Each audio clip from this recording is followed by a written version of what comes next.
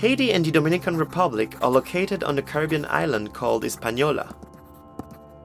Long before the white men arrived, the native Taino lived on the island.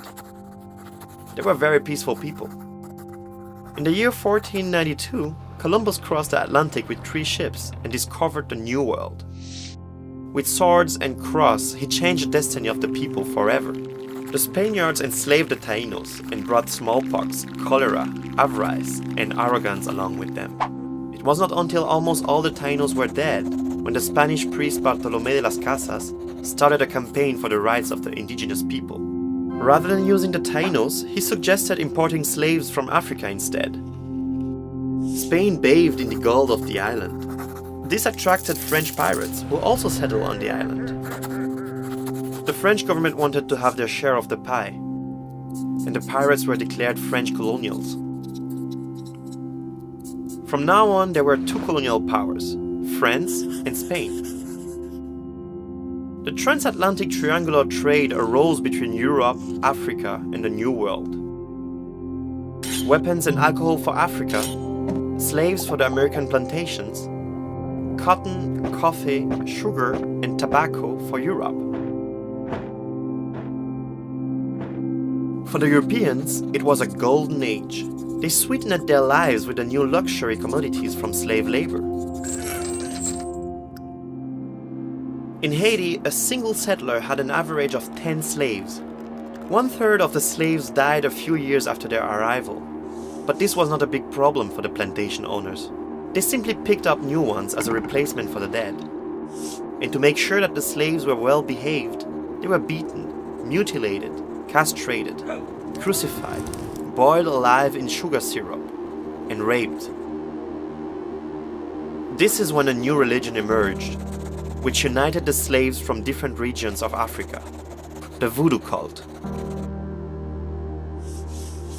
Through the French Revolution, the wind of liberty, equality, and fraternity blew in France, and it blew over to the Caribbean. A few years later, the time had come. During a secret ceremony, the voodoo priest Duty Bookman called for a slave rebellion. He himself was killed, but the revolution was unstoppable. 3 former slaves, Louverture, Dessalines, and Christophe, led the uprising. The revolution was not only about ending slavery, but also about independence from France. The first black republic of the world was born. Dessalines ordered for all whites to be tortured and killed. France did not readily recognize Haiti's independence and demanded high compensation for the loss of its plantations. To avert a renewed French attack, Haiti accepted the claims 40 years after the revolution. Now they had to pay off with money what they had already paid for with their blood.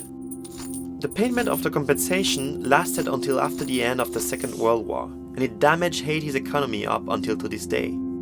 But the freedom did not mean peace. After the independence, the blacks and the mulattoes fought for power. Until the 20th century, one coup followed another. During the First World War, Haiti went through a second round of imperialism. Now it was America's turn.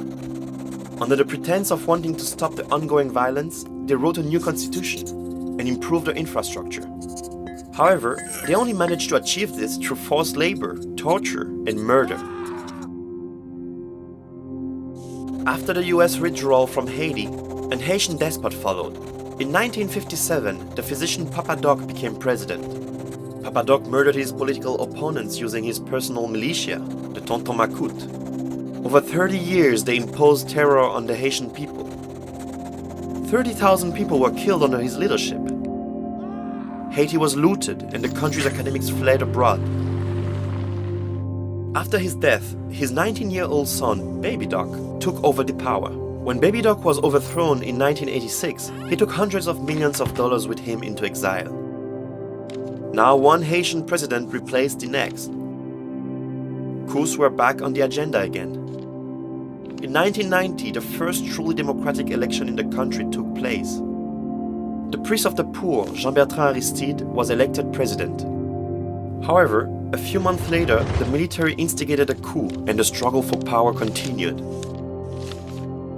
The UN and the US imposed a 2-year trade embargo, which damaged the already fragile economy of Haiti even further.